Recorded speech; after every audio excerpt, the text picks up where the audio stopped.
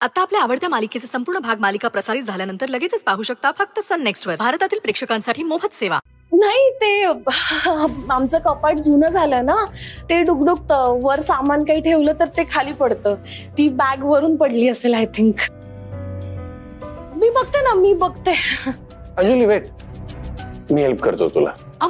तुम्ही कशाला? नाही नको, तुम्ही बसा ना, मी हवं तर नंतर करेन. मी नंतर सुद्धा तुला किंवा घरातल्याच कोणाला तरी करायला लागेल ना, त्यापेक्षा मी आत्ता करतो. चल. देवांश, तुम्ही आमच्या घरी आलाय आणि तुम्हाला असं कामाला लावणं मला नाही बरोबर वाटत. बरोबर नाही वाटत आहे? हो, ऑकवर्ड होते तुला.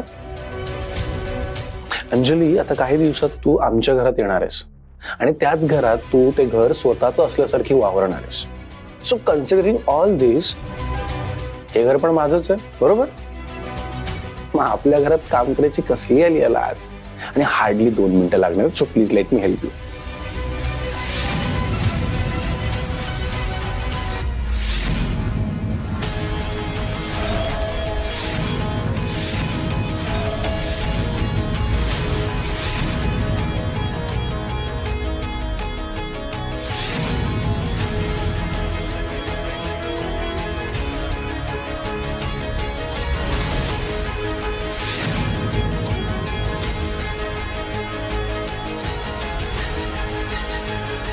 सी, आय टोल्ड यू, फक्त 2 मिनिटाचं काम होतं.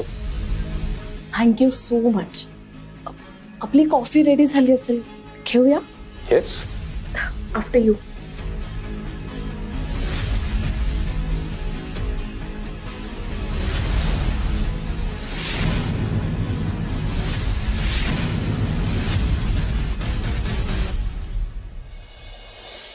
Anjali, are you all right? हो, असं का विचारताय? दुसरा डिस्टर्ब वाटतेस म्हणून. हो, नाही तसं काही नाहीये. R you sure? सी काही पण असेल तर प्लीज माझ्याबरोबर बिंदास शेअर कर. ऍक्च्युली मला ना जरा टेन्शन आलंय. म्हणजे तुमच्या घरात, इतक्या मोठ्या घरात मी कशी ऍडजस्ट होणार, हे सगळे विचार ना सतत मनात सुरू असतात. I can understand. सी, लग्नाचं टेन्शन तर मला पण येते आणि मुलगी म्हणून तुला जास्त येत असेल, आय नो. कारण आपलं स्वतःचं घर सोडून एका दुसऱ्या घरात जायचंय, वेगळ्या लोकांमध्ये ऍडजस्ट करायचंय, खूप साऱ्या गोष्टी आहेत. So I can understand. पण Anjali, I can assure you, माझ्या घरात तुला या सगळ्या गोष्टींचा अजिबात त्रास होणार नाही. माझ्या घरातली माणसं खूप चांगली आहेत, ते तुला 100% सांभाळून घेतील. So relax. Okay sir, coffee. हो, थँक्यू.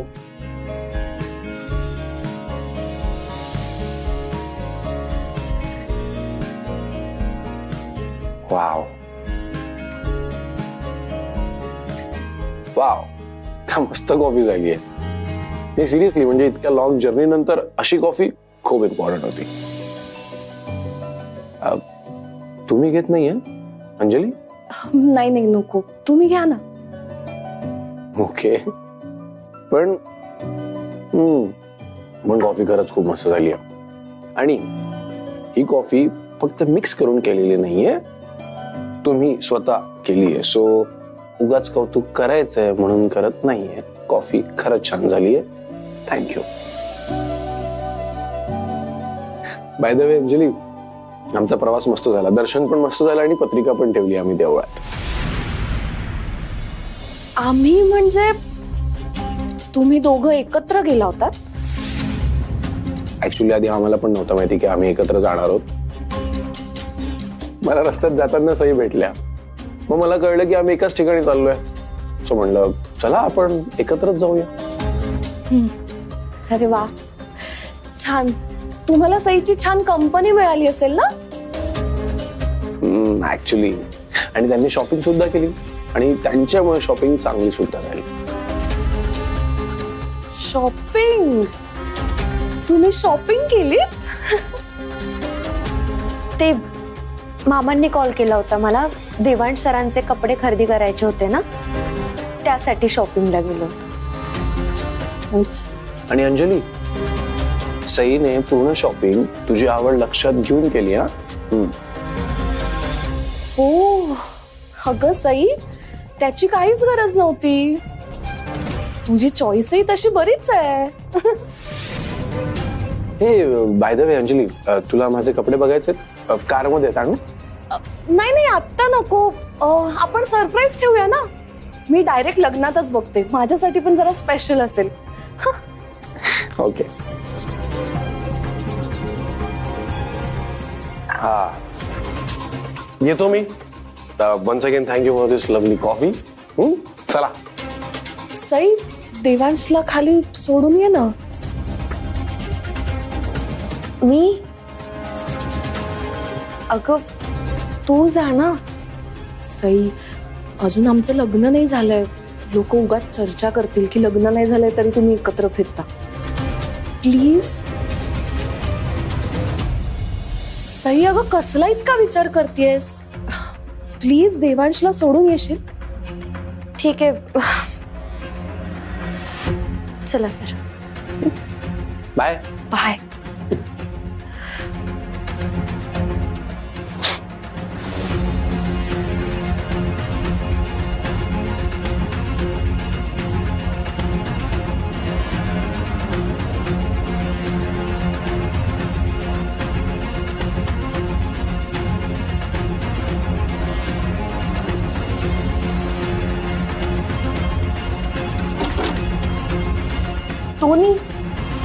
धोनी, अरे कुठे आहेस तू? अरे ते लोक गेले, तू लवकर बाहेर येशील का? कुठे आहेस तू?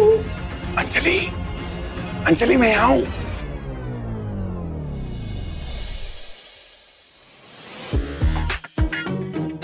तिकडे कुठे लागतो?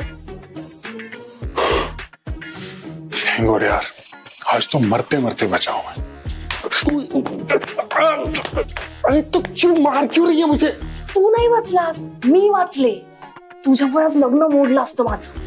अरे तो अच्छी बात है, शादी नहीं होती ना, ड्रीम पूरा हो जाता तेरा हीरोइन बनने का. तू आधी बाहेर जा बघू. कोणी तुला इथे बघितलं ना तो वाट लागेल माझी. अरे अंजलि मेरी बात तो सुन ले, बड़ी मुश्किल से मौका मिला है, ये दोबारा नहीं मिलेगा तुझे. तर सुनाव तुम्हाला. तू अरे अंजलि, अरे आता खाली गेली तो. अरे अरे अंजलि मेरी बात सुन, मैं बोल रहा हूँ ये लास्ट मौका, ये फंसेंगे. काही मौका वगैरे नको. आणि तू अरे अंजलि, एक सई जिकडे गेली ना तिथून नको जाऊ. त्याच्या अपोजिट साइडने जा प्लीज. अरे मेरी बात जाऊ ना.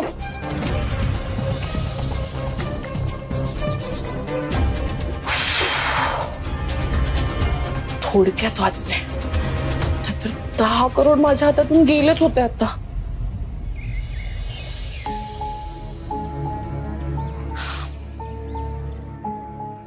ठीक आहे, बाय. तुम्ही अजूनही मला काहीच सांगणार नाही का सई? कशाबद्दल बोलताय तुम्ही? तुम्हाला माहिती आहे मी कशाबद्दल बोलतोय ते?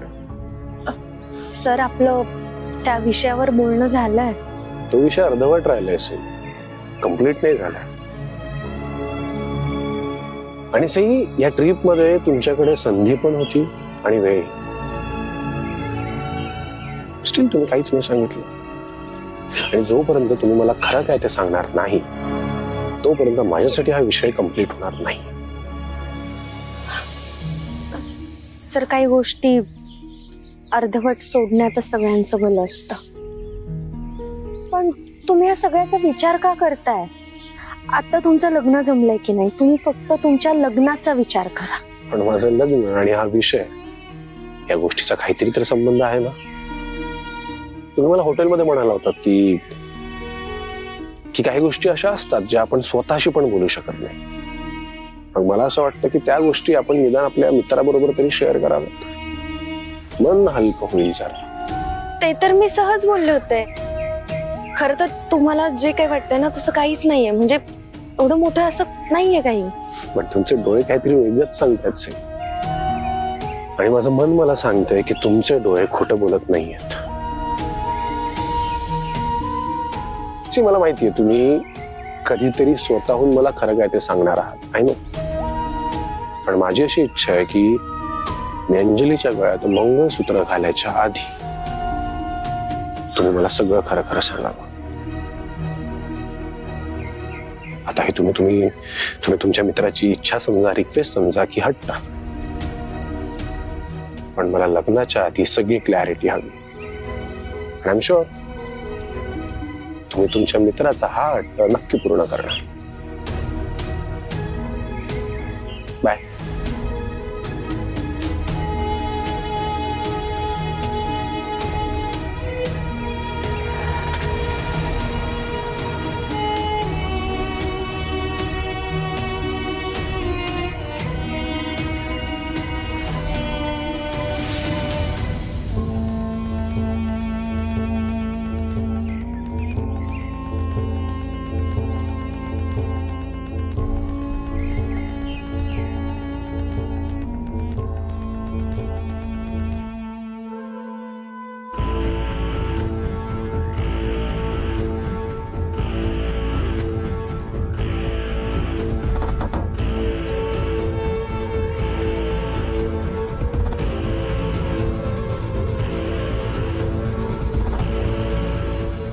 आता काय झालं माहित नाही तुला?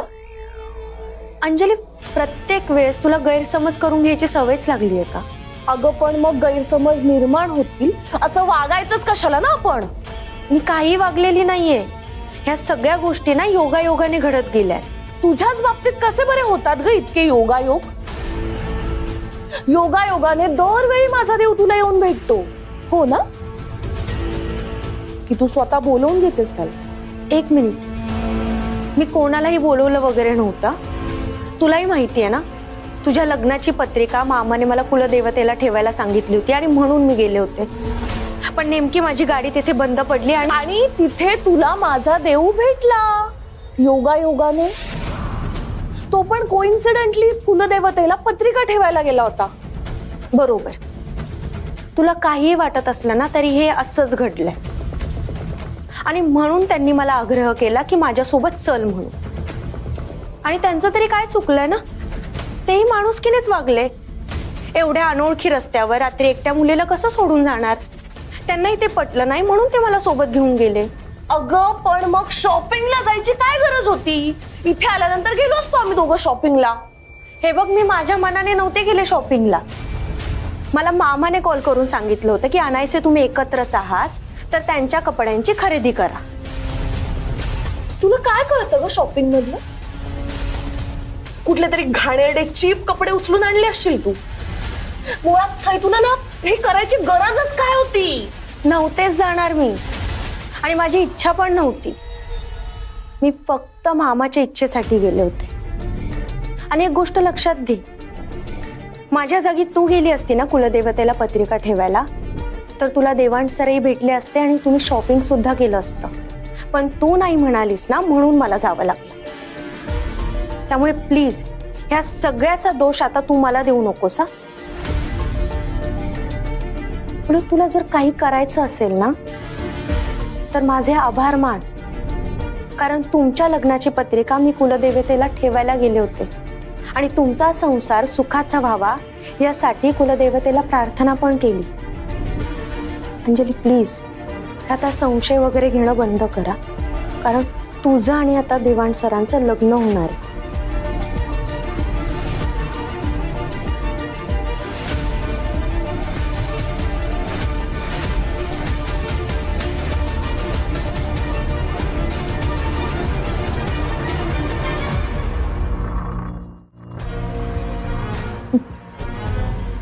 शेवटचं वाक्य एकदम करेक्ट बोललीस तू.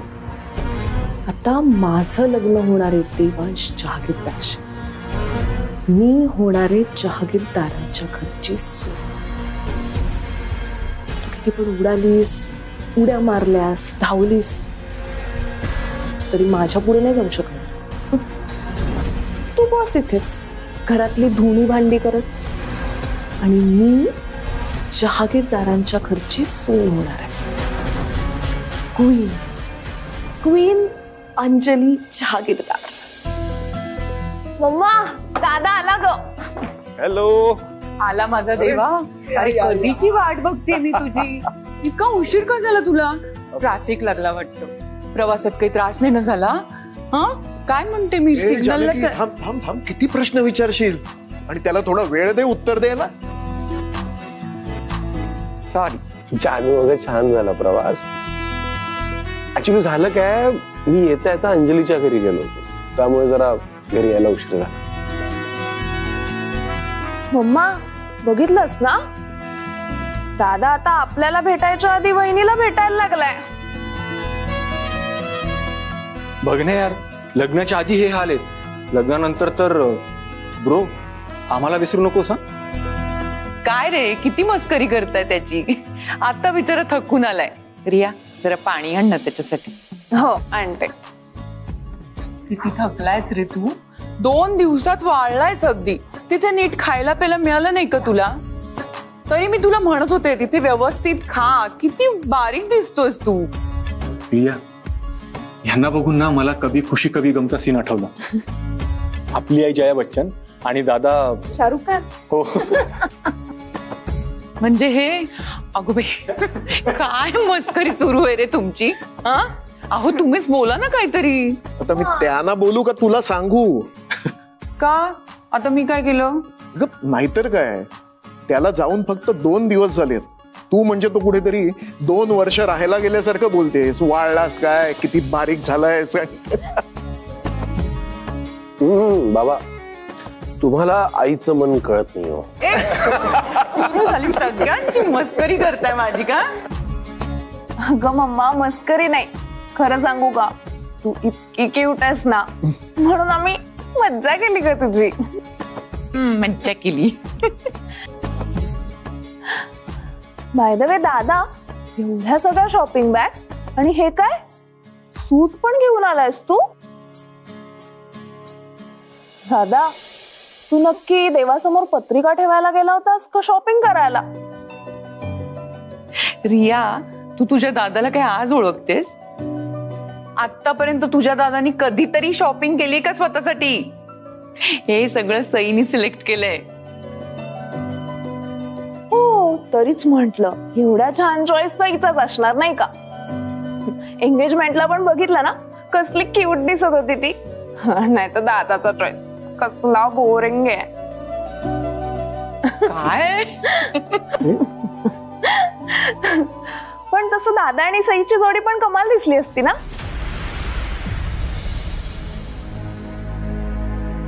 तू बरी आहेस ना? हे असंच बोलून गेले. काय? हाय. अरे तुम्हा सगळ्यांच्या हसण्याचा आवाज ऐकून इकडे आले आणि तुम्ही सगळे आता गप्प बसलायत. तू कधी आलास? आताच जस्ट. कुलदैवतेचं दर्शन कसं झालं? मस्त, छान झालं. गुड. ही सगळी शॉपिंग तू केलीस? ऍक्च्युली म्हणजे हो, मुलीकडच्यानी देवांशला कपडे दिले. वाव. मुलीकडच्यांना मुलाला काहीतरी द्यायचं असतं हे माहितीये? मला वाटलं त्यांना फक्त घ्यायचंच माहितीये. ताई बघा ना तुम्ही, कपडे खूप छान आहेत. हो आत्या, बघ ना किती छान सूट आहे, मस्त दिसेल दादाला. दादा, मी काय म्हणते, हा ना तो रिसेप्शनला घाल. रिया, उगाच मूर्खासारखं काहीही बडबडू नकोस. देवांश हे असले कपडे कधीच घालणार नाही आणि रिसेप्शनला तर अजिबातच नाही. सोसायटीमध्ये देवांशची एक इमेज आहे, स्टेटस आहे त्याचं. जेव्हा तो स्टेजवर उभा राहील ना रिसेप्शनसाठी, तेव्हा तो राजासारखा दिसला पाहिजे. हे असले कपडे घालून शूटिंग शर्टिंगच्या दुकानातली ऍड नाही करायची त्याला. नाही, बरोबर आहे तुमचं ताई, पण लग्नात कसं मुलीकडच्यांनी दिलेले कपडे घालतात ना, आणि खूप प्रेमाने दिलेत हो त्यांनी आपल्या देवांशसाठी कपडे. वहिनी, देवांश जेव्हा लग्नासाठी उभा राहील ना, तेव्हा मुलीकडच्यांचं प्रेम नाही, आपलं स्टेटस दिसायला हवं.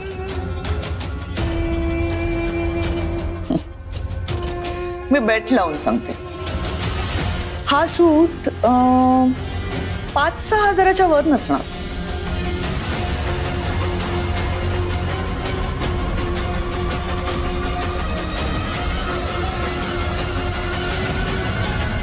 $70,000. व्हॉट? हे काय करताय तुम्ही? भैरवी मॅडमला स्वस्तातल्या काही गोष्टी चालत नाहीत ना, परत त्या मामाला काहीतरी सुनावणार, त्यापेक्षा किंमत वाढवलेली चांगली ना. त्या हा सूट 70,000चा आहे बघ.